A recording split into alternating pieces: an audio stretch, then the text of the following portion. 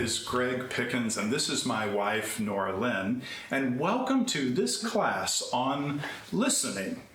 Now, we are not family counselors, but we do have experience as a married couple. And finally, I'd like to suggest that you look for the handout that you will find on the website there. Also, we're going to reference a couple of books today as we talk with you that we've used in quite a few of the marriage classes that we've taught. The first one, 7 Principles of Making Marriage Work by John Gottman. Gottman is really sort of the godfather of all marriage research. Really wonderful guy, does good work. And Couple Skills, this is the second edition. It's by McKay, Fanning, and Paleg. Also a really good book that we've been working through some nice work here. Hope you like it. So we know that listening is hard work. You know, it's way easier to simply drift away into our own thoughts and to filter content for danger signs or to collect evidence for our own opinions, or worse, to pass judgment while another person is talking to us. Listening is a hard-won skill for some of us. Not all have the natural tendency to simply sit with someone and really pay attention to what another has to say. But look, no matter what your skill level, we all can learn something new about how to listen and how it will enrich our lives, especially with those we love. And so let's pause the video right now and just simply talk among yourselves. How can you tell when someone is not listening to you? And do you recognize it when you are not listening to someone else? Please pause and come back in a few moments. Okay, welcome back. There's so much more to listening than hitting the internal pause button on our conversations and priorities. McKay writes, real listening is distinguished by your intention. If your intention is to understand, enjoy, learn from, or help your partner, then you are really listening. You know, part of being a Christian is always endeavoring to be self-reflective, trying to watch ourselves, catching ourselves when we do the things that move us towards godly living, and also, and sometimes painfully, seeing when we could have done something much better. So real listening is distinguished by our intentions. And so let's think a little bit about what stops us from being superstars in the listening category in our relationships. So some of us might be mind readers. That means we're distrusting what is being said by the other person. We're trying to get to the real meaning behind their words. Another way people don't listen is because they're rehearsing. They're too busy with their own response that they're not really hearing their partner. They're more concerned about what they're going to say back. Filtering is something some folks do, and this is where you're listening for some words, excluding others. You're not paying attention to the big picture because you're just filtering in and out. Judging, this is where you've actually stopped listening. You've heard something, you're assigning blame to what was being said, and you just are not paying attention again because you have judged what they've said, and that stopped your listening process. Daydreaming. Well, a few people are daydreamers.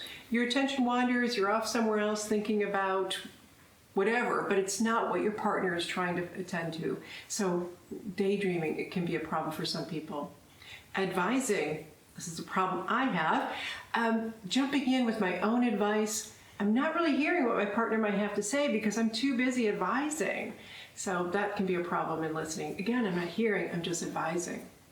Sparring. This is, some people just like to disagree. And so they're going to argue, they're going to debate, they're going to defend their positions, but they're not, again, going to listen for what the other person is really trying to say to them. Being right. Oh, there are some people who might want to be right all the time. You are going to be wrong all the time. That can be a real problem. So they're going to fight off any criticism because they're wanting to be right. So being right can be a problem. Derailing. Sometimes people don't want to be in a conversation, or they don't want to listen to what the other person has to say. And so they're dropping the subject, they're trying to make a joke. If they feel threatened, they're going to find any way to derail the conversation and bring it to something else. And then lastly, placating. Some people are placaters. Maybe you're too quick to agree. You're concerned with hurting the other person's feelings. You want to be nice and supportive, but you don't ever really express your own thoughts because you're just too busy placating them. You don't really hear what they're saying. That's placating. So all of these areas we've talked about: mind reading, rehearsing, filtering, judging, daydreaming, advising, sparring, being right, derailing, or placating. What of these do you use in your own engaged communication with your partner? How is it that you're not listening if you're doing any of these? So spend some time thinking about what are these areas that you may need to grow in. Let's stop the video for just a moment while you think that through. Welcome back. Let's continue on. Figuring out what is keeping you from really listening to your partner is the work of an adult in an adult relationship. So there is something that will guide us through a process to assure that we are listening to our partner. This is called active listening. It consists of 3 steps. So the first step is stop. Stop what you are doing when you know that your partner wishes to speak with you. Make an appointment if necessary. Find a time of day convenient for both of you. Perhaps grab a beverage and do a check-in on your day, and then dovetail that talk into the conversation that you would like to have. So step 2, this is listening with your body. Demonstrate that you're actually listening. So maintain eye contact is the first piece. Move closer and lean in slightly. Leaning in demonstrates engagement with them. Nod or interject a yes or uh-huh, again, to show that you're listening. Smile or frown in sympathy or empathy with what's being said, so you're engaged emotionally with what is being said. Keep your posture open, facing your partner. Arms unfolded, not like this, but open posture and uncrossed. Actively move away from those distractions. Turn the music down. Put away the phone. That was kind of our joke in the beginning. Put that phone away so you really can be attentive to your partner. The second part of step 2 actually is, while you're doing this, paraphrase once in a while. Listen for what the person is saying, and when something is important said, make sure you're hearing it by saying something like, "What I've heard you saying is," or "if I understand you correctly," or if you need clarification, say, "Is it right? Do you mean this?" And that way you're really being sure that you're understanding what it is in fact that they're saying, and they know that you are listening. The final step, step number 3, is called feedback. So in this strategy, now is the time for the other person to have their say. So they've taken in what their partner has said, and they've shown that their partner that they care enough to be attentive to their words, and now it's time to really engage in a conversation. Feedback suggests that there is some kind of common ground for a conversation, that words have sunk in, and now there's an opportunity for any corrections to take place. Feedback also allows your partner to hear about the topic from your point of view. It should be immediate and honest and supportive, with no manipulations, no shading, nothing but your honest thoughts that uplift rather than tear down. Any attempt now to turn the tables, abuse facts, or to win at all costs will crash this interaction.